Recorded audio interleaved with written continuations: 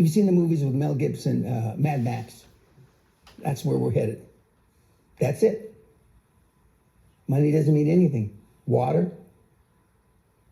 And I've got some really smart guys that I've known for 35, 40 years that have been buying up water rights around the world for 30 plus years. And now they own. And they're not for sale. Water is the next crypto fuck. Water is the next whatever, gold. Water. I would say water and oxygen, right? No, actually you can produce oxygen. It's tougher to make water. You can make oxygen. The water rights, I mean, really smart guys have been buying, the families like the Rockefellers have been buying up water rights for 100 plus years. There's a reason why Ted Turner, I believe, is either the largest or the second largest landowner in the United States. He's not buying it for the land. He's buying it for the fucking water rights. Why are people so stupid? And why Steve Jobs? Why? Because he's buying these farmlands. Yeah, well, that's bullshit. He's buying them. Okay, what is he growing on that fucking land? Nothing. Water rights.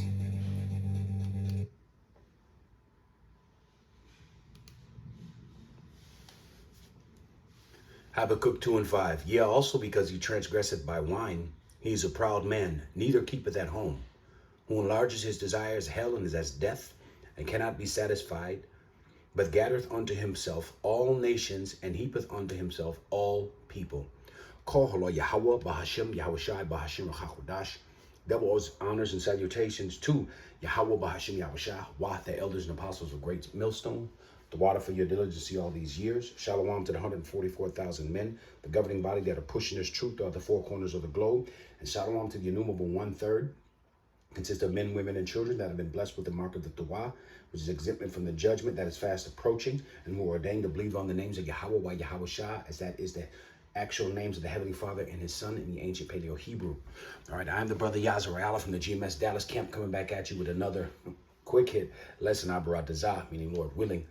All right, this is the third time I've tried to shoot this video, but when I do it live, for some reason, this man cuts the feed. It's okay. So we're just going to get right into it. The name of this lesson is Blue Gold, aka water. The new Bitcoin elites are buying up. Okay? So what is this about ultimately, as you hear this man talking? This is about total and absolute control over the masses. Comply or die. All right? The New World Order slogan is you will have nothing and love it, roughly paraphrasing. All right? So we see this man is doing what? He has a God complex. Okay? Habakkuk just said his desire is to create hellish conditions that will bring death to anyone who opposes him. Okay? These are the times that we are in. Okay? And those of us that know this truth and understand biblical and secular history, America, aka Babylon the Great, is nothing more than Rome 2.0. All right? Because the same initiative was enacted in the ancient Roman Empire. Okay, this is what they attempted to do then in the ancient Roman Empire. So we see America being what? That beast, the beast being the first Roman Empire, that deadly wound that healed, right? Going down in around 476, right? And coming back during the Renaissance era. That's America, Rome 2.0. I'm going to just pull up this article here that I found here just to kind of touch on this. As you can see here right off the top, it says what? The use of water for social control in the Roman Empire. You see that? So I'm just going to touch on a bit of it here. It says, water's always been a vital commodity to the people of the Mediterranean with their hot summers. And in many Mediterranean countries, it is no exaggeration to say that the control of water resources is the control of life. A strong spring can be a motive for founding a city, while a dried spring can be a motive for abandoning a settlement. At such an intuitive level, it would seem inevitable that the Roman Empire's control over water was the means to asserting effective control over its citizenry. You see that? Okay, so here we are back here again. Okay? Bring this up here a little bit.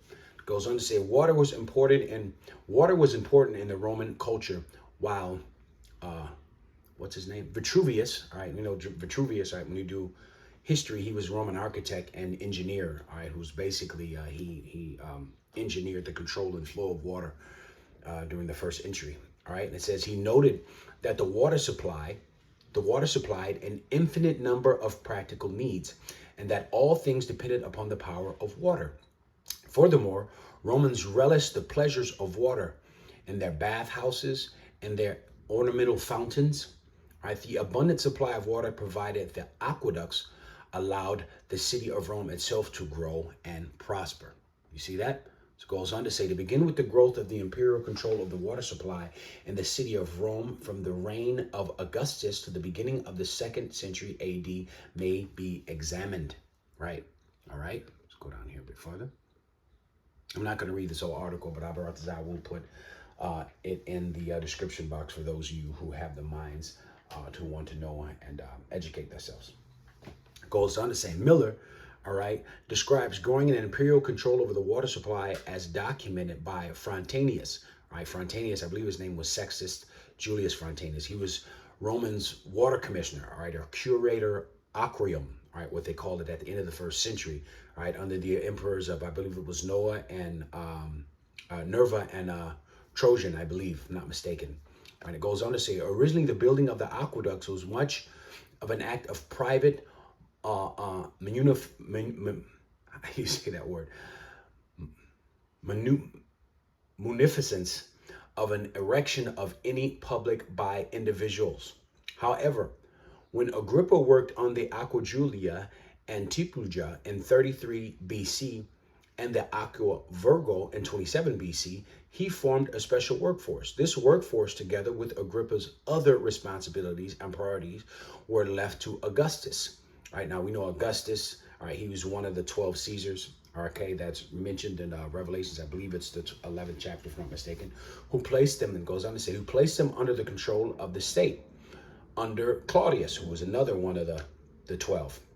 The size of the imperial water workforce was increased, and the centurial curator was replaced by the imperial freedman. Right, so ultimately what were they doing? All right, it was a coup basically to heap onto themselves the control of water. Okay, so with the control of water, you have the control of food, you have control of resources, you have the control of agriculture, so forth and so on. Without water, you will die. Okay, so it goes on to say the procurator aquarium. Here's the point. In order for private citizens to obtain water from the aqueducts, they had to petition the emperor. The substantial sums of money received from water rights, right, because they basically had to pay, received from water rights petitions originally went to the people, but were later diverted to the imperial chest by Domitian. And Domitian was one of the last Caesars, okay, of the 12. Okay, so we see what this is happening all over again. Okay, what precept comes to mind? Ecclesiastes 1:9. There is no new thing under the sun. We are here in Rome 2.0, Esau's last standing kingdom, right? And he's attempting to do it all over again, all right? So they use this term blue gold to describe the value of today's most valuable resource on the planet, which is water. And they're looking to heap it all onto themselves in order to control you. Okay, these are the times that we're in. All right, I want to pull another article here real quick that I have found here. Lock it, just bear with me. Now this one's a bit weird here because as you can see, there's no verbiage here, but when I select the screen, then everything comes up.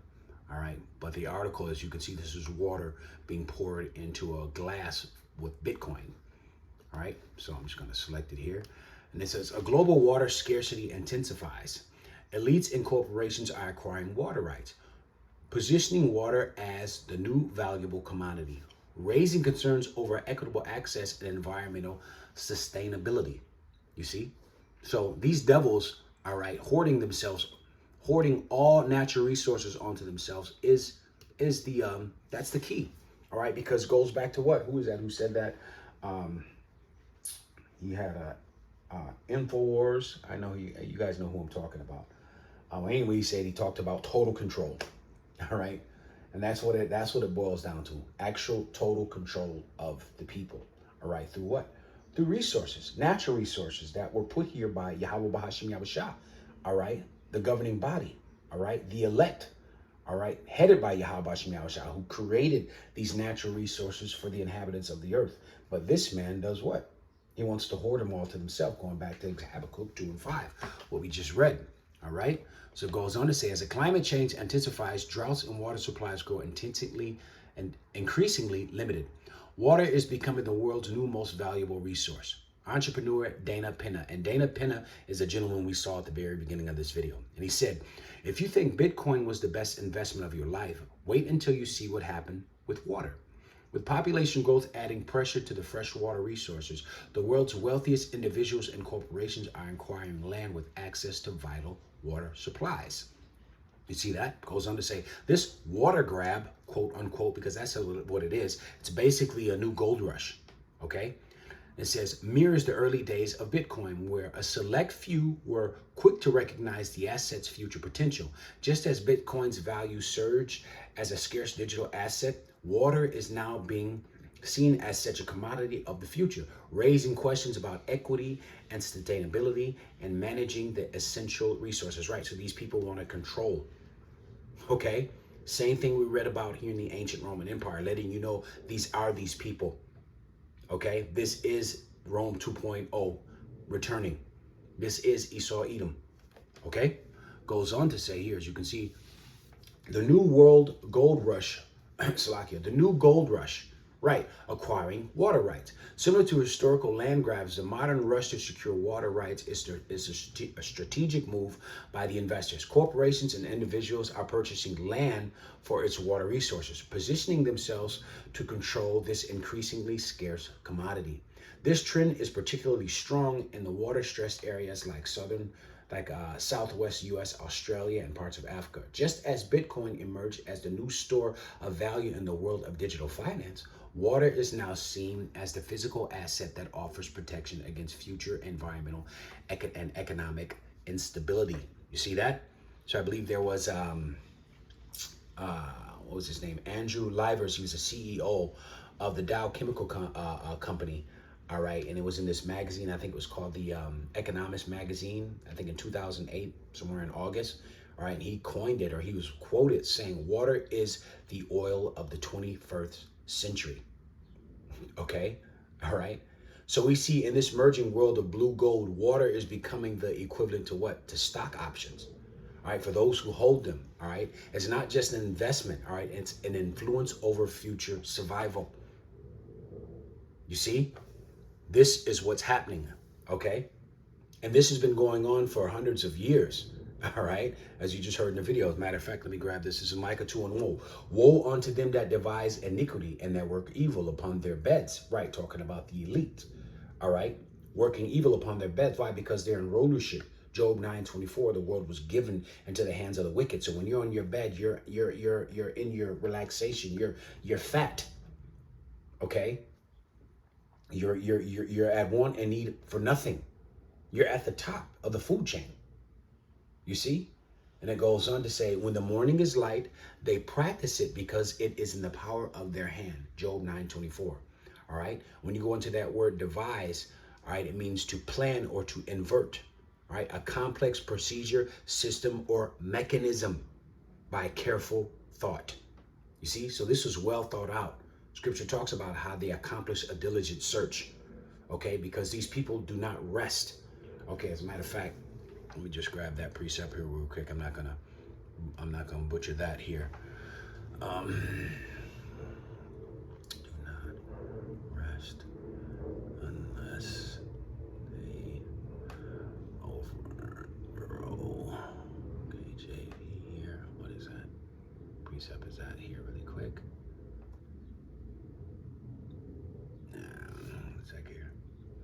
I believe it is, yes, that's Proverbs 4, and I believe it's 16. I'm just going to go ahead and grab it right quick. Because this is the mindset of the wicked, all right? Total control of the people. Because ultimately, this man is trying to get his birthright back, all right? He's trying to have a rulership forever by wings of artificial intelligence, all right? That's not going to work. That's not going to work, all right? It's going to be of no avail. This is Proverbs 4 and 16, and this is, for they sleep not except they have done mischief, and their sleep is taken away unless they cause some to fall. You see? Okay, so this is what these people were created to do ultimately. He says, for they eat the bread of wickedness and they drink the wine of violence. Okay, what does that remind you of? Revelations 6. Let's go ahead and just grab that real quick while we're in the scriptures. All right. Let me see here. Where is it at here? 6 in here. It's like, is that here? Yep. This is Revelation 6 and 4. All right. And it goes on to say, and there went out another horse representing power, that was red. All right. Who's described as being red? All right, Esau, Edom.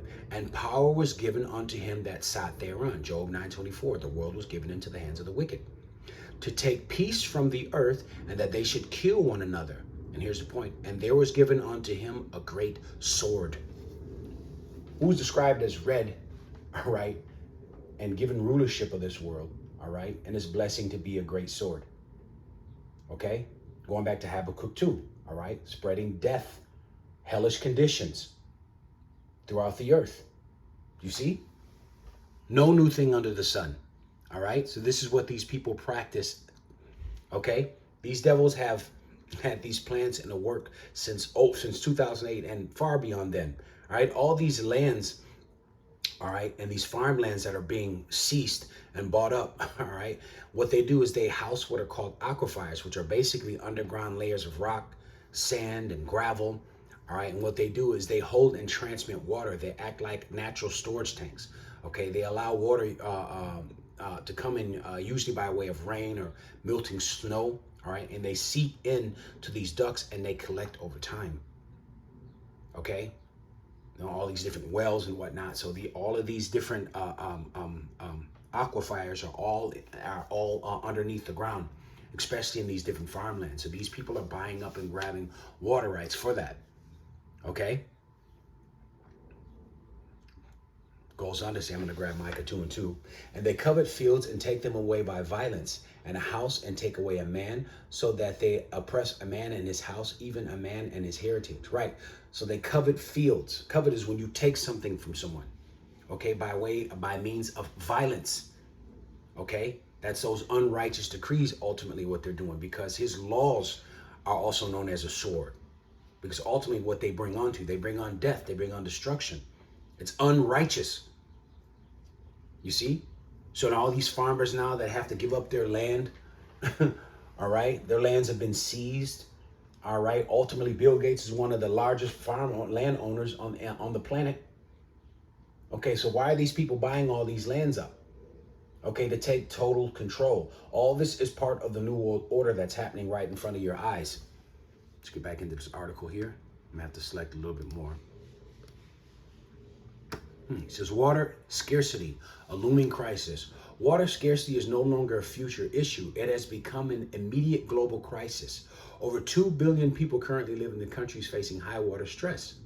And by 2050, water insecurity could reduce global GDP by 6%. Climate change is expected to worsen the situation, disrupting water supplies in already vulnerable regions. As the demand of water continues to rise, controlling access to fresh water is becoming a highly valuable asset, prompting investors to secure water-rich lands as a hedge against growing crisis. Right, so there's more water on the planet than there is land, but there is a water crisis. Really? Make it make sense. You see? This is why in the Bible he's called a devil. And devil means nothing more than deceiver. He has deceived the nations. Okay? The Heavenly Father has created a cold devil, man. A cold deceiver. He's been our face here. He's been in front of our face the whole time. Been looking here, been looking there. It's him. Okay? The men of the Lord had the testimony against this man. Okay? We're pointing the finger at who he is. The scriptures are pretty much unveiling the truth. And all things are pointing towards the so-called self-proclaimed white man. He is Esau, Edom, and his nation. Okay? This last one here, and it goes on to say, oh, let me get that too. It says, influence over major corporations. The push to acquire water rights isn't just limited to private investors. Multinational corporations, particularly beverage industries, have long faced criticism for extracting groundwater, right? Coke, Pepsi, all right? All of these, okay, have been criticized basically, but now here we are in this latter end where this man is now, he's heaping the water onto himself. Damn hypocrite. You see? Goes on to say companies like Nestle, Coca-Cola have been at the center of the controversy for extracting water from drought-prone areas. Now, a bordered group of investors is entering the market. Right. Right, because ultimately what? They see money there. They see value there. All right, they see a means of control. Not to sell beverages, but to own the water itself. This growing trend highlights the increasingly recognition of water as both a commodity and a strategic asset. Goes on to say here, this last one, environmental, ethical and environmental concerns. The privatization of water raises important ethical environmental issues. As private companies and wealthy individuals gain control over critical water source, concerns about equitable access rises. Communities that have traditionally relied on their water sources for drinking, agriculture, and sanitation could face limited access or increasing prices. Did we just not read that in ancient Roman Empire in that article? Did we just not read that? Okay, he's attempting it all over again, right? It says exacerbating inequity. All right. Environmentalists warn that this commodification of water could lead to unsustainable practice, including over extracting and degradation of natural ecosystem. Right. It's going to ultimately destroy the planet, which this man has been doing. All right. This whole time. All right. These are the times, once again, that we are in. Okay? So as I said, these lands just aren't soil that are sitting. They're actual gold mines. All right? This man is ultimately going to use this scarcity, all right, for people to bend the knee, all right, to worship this man's beast system via biometrics. All right? The New World Order agenda pretty much is centered around weaponizing natural resources. Okay? All the governments are pretty much on board. Total control is what they want. All right, to tokenize, all right, natural resources, not just the waters, all right, but all commodities of natural resources, all right, in the world, forests, rivers, mountains, lakes, all will be commodities, all right, owned by the elites, all right, and this form of control will render any nations to its knees, all right, and that's the scripture you read, but we brought out, he can never be satisfied, all right, Habakkuk just talked about it. All right, heaping onto himself all people. This man is playing God. Okay, and this is one of the main reasons why this earth is destroyed. Job 20:27, the heavens shall reveal his iniquity and the earth shall rise up against him. The earth is testifying against this man. Job 9:24 says the earth was given into this man's hands, and look at the condition and what this man is doing. The Lord gave it to him. So why isn't he running this, operating or ruling this planet in righteousness, man? There's more than enough water. There's more than enough land. There's more than enough food. Okay? But this man is hoarding it. And because he controls the narrative, he controls media and everything else we read, okay, and study and research, okay, he can pretty much bring to life the idea of scarcity of natural resources, and the dumb and the simple are going to believe it. This is why the Lord has raised up his men. All right, this is happening right now in front of your face. He is insatiable. Revelations 18:11 says, I will destroy them which destroyed the earth. These people truly believe, all right, that they are gods here on the earth. Matter of fact, let me grab this. 2 Thessalonians 2:4. Who opposes and exalteth himself above all that is called God or that is worshipped, so that he, as God, sitteth in the temple of God, showing himself that he is God. You see that? So as I said, ultimately this man is trying to forge his birthright. All right? This is what's happening right now. Let me grab this last little article here. All right, here if I may.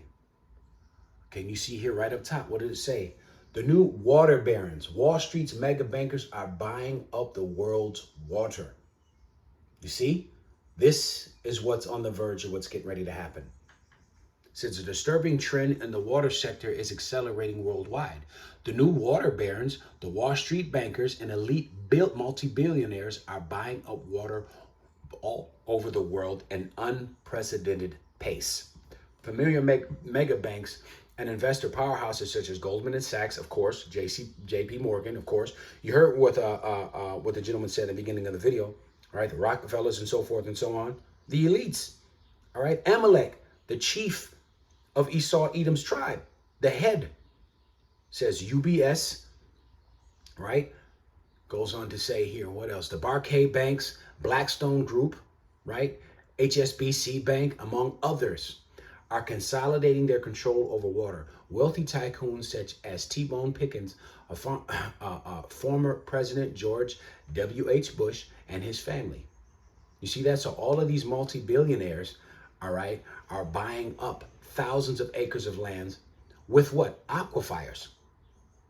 You see? Lakes, water rights, water utilities, and share in water engineering and technologies, and companies all over the world. You see that? This is happening right now before thine eyes, while Jake is still walking around here thinking everything is just cool. You see?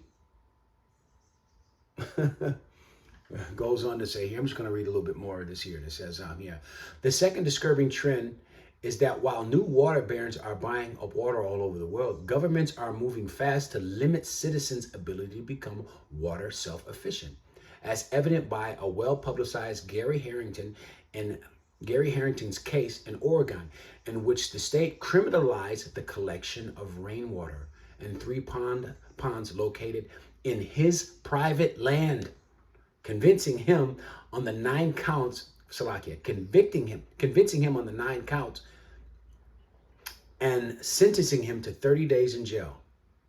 You see that? So let's put this criminalization into perspective. As it says, billionaire T-Bone Pickens owns more water rights than any other individual in America, with rights over enough of, what did I say, Ogalia Aquifer to drain approximately 200,000 acre feet or 85 billion gallons of water a year. But ordinary citizens like Gary Harrington cannot collect rainwater, all right, off his rooftop, 170 acres of his own private land. You see that? So these are the times that we're coming into. Okay, because again, this is ultimately going to render you to your knees. Ultimate control. So as I said, as a precept was brought out, this man is trying to act like God, who imposes himself as God, because we know when the kingdom is set up and it's erected, okay, one of the, as a matter of fact, I'm going to grab it. Because I said this man is trying to forge his birthright. All right, and this gives you a vision or an understanding how the kingdom is going to be set up and how all the nations are going to come up to the mount, all right, of Yahweh Hashem Yahushua and learn his ways. Because as the beloved brother Elder Yashawamba, all right, brought out last night, our culture, the culture of the Hebrew Israelites, can cure and heal the planet. Why? Because we are following the doctrine of the heavens. You see? So I'm just going straight to the point. It says Zechariah 14:7, and it shall be that whosoever will not come up of all the families of the earth unto Jerusalem. Okay, so this is just giving you a picture. This is talking about when Yahweh Hashem Yahushua, the kingdom of heaven, is established. Okay, and this word is going out. Our customs, our culture is going out. And everyone's going to learn how to care for the world, care for the animals. All right, all these things in righteousness. Goes on to say, I'll just start from the beginning. Zechariah 14:7, and it shall come, and it shall be that whosoever will not come up of all the families of the earth unto Jerusalem to worship the King, Yahweh Hashem Yahushua of hosts, even upon them shall be no rain. You see that? So without rain, you can't grow crops. As I said, vegetation, right? Your cattle is going to die, and ultimately you will pine away from starvation. All right? So basically, every aspect of your life is what we're coming into, is getting ready to be taxed in some way, form, or another overall. It's pretty much a taxation on life and the essentials. All right? You're going to have to pay in order to be upon this earth. All right? And this outlines the 3 pillars of the New World Order. digital IDs, CBDCs, central bank digital currency, all right, and ESGs, environmental, social governance, all right, and this is the infrastructure that will be embedded in the MOTB, okay? So this is gradualism at its finest that's happening right here before thine eyes. And you want to tell me that this book ain't real? You want to tell me that this man is not Esau Edom? And you niggas out here want to have salvation for this damn devil? So what? So you can come in the kingdom and fuck that up too? Lost your mind. Anyway, I pray this message will edifying for those who receive it. I want to say, Kol Holo Yahweh, Bahashem, Yahushai, Bahashem Rakakwadash. Shalom.